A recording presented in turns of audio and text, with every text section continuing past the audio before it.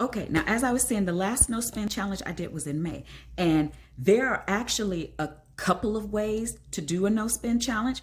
For this is a template that I printed out. You number it with the days of the month.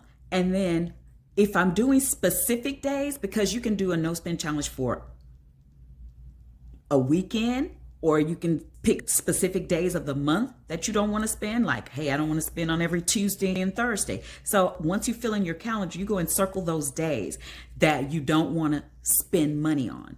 So with this one method that I used here, since I was just doing a weekend challenge, I circled those 2 days in the weekend, the Saturday and Sunday, and the Saturday and Sunday that I was not going to spend money. And if you don't spend the money on those days, you circle it because those are the days that you want to do the challenge. And then you highlight if you actually don't spend the money. So in that first weekend, for the 10th and the 11th of May, I just went off here and wrote to the side that I actually saved $180 because at the time that was money that I would have spent like on eating out or buying something on Amazon or anything else that I was going to spend that I didn't spend because I was doing the no spend challenge. So this is like a visual representation to show you that, hey, look at what I could have spent and look at what I didn't spend. So that when I put $180 saved, that is money that I did not spend. And for week 2, on the 17th and 18th, I didn't spend, but during that week, I could have spent or considered buying something that was going to cost $35, but chose not to. So I put that over here to the side.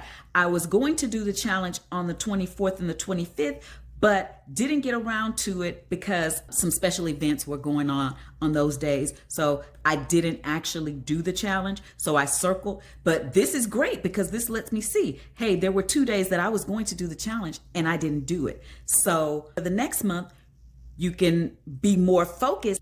It lets you see what you did and what you didn't do. And that's okay.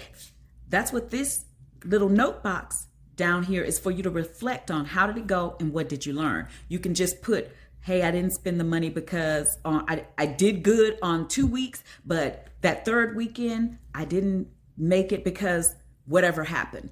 And how you feel about that. Do you think it was worth it to skip, or could you have stuck to the challenge if you really wanted to? And then I just put here at the bottom the total that I actually ended up saving for that month, just by doing the no spend challenge. So for the month of September, so like I was saying, that's one way of doing it. It's just when you're doing specific days, you circle the days and then you highlight if you complete the challenge for those days that you circle. And I have some little instructions here to guide you through that. But for the month of September, since this challenge is for the full month, we don't have to circle any days because every day is a day that our goal is not to spend. So that means we should be highlighting every single day for the month of September. So the first thing you do, you fill it in. And it doesn't follow like a calendar pattern because it's not about the calendar pattern. It's about the days. So you can start with number 1.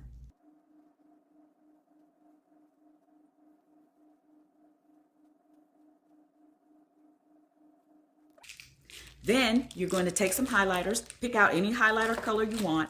I just like to make it fun, so I do a different color every day. So yesterday was September 1st, and even though I didn't know I was going to do this challenge yet this month, I did not spend any money for September 1st. So all you do is you fill in that day. I already know I didn't spend money that day.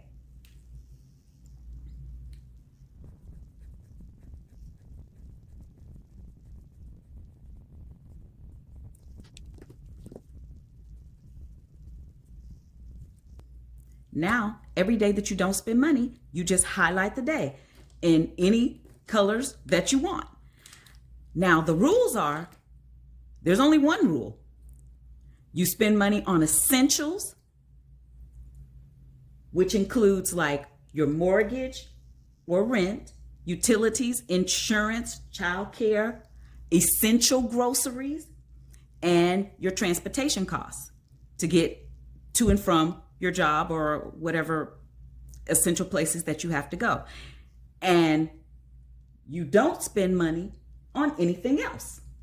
That means no clothing, no restaurants, no beauty care, no entertainment, no home items like decorations, no vacation, no impulse buys. You stick to only the essential. That's what makes it a challenge. But that's also what helps you slow down your impulsive spending or random spending and get more intentional and focused and understand exactly what is going on with your money, and to start to get some relief if your spending has been out of control or your money is out of control right now. So that's all there is to it. So if you're in, leave me a comment down below, say I'm in.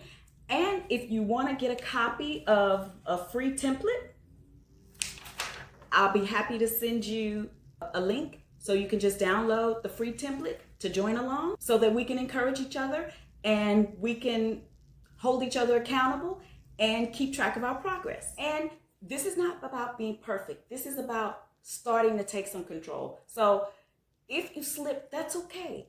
Don't be so hard on yourself. Just get back on track the next day. And at the end of the week, one good thing, like I said on this one, at the end of each week, it might be motivating for you just to put off to the side what you didn't spend, how much you feel like you saved on. Every day, if like, hey, I didn't go out to lunch with my coworkers, and that usually cost me $20. So I actually saved $20. Now, if you do spend, I do need to add this, if you do spend something, I would add that.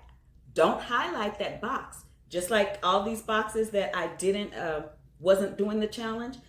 If I did spend money, you don't highlight the box and you write in the total that you spent. So if I spent $25 going out to eat for lunch when I was supposed to be doing a no spend challenge, I would leave that box blank and just write in $25 so I can see what I did spend.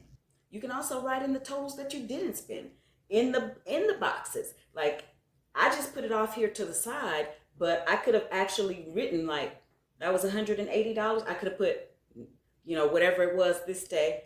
Oh, I was going to spend $90. I could have wrote that in the box. That's $90 I saved. And I could have wrote $90 here, and then at the end, just put the total, if that makes sense. So if you don't spend, you could write the total in the box and then calculate it off to the side each week. So at the end, you can see how much you saved that you would have spent if you hadn't done this challenge.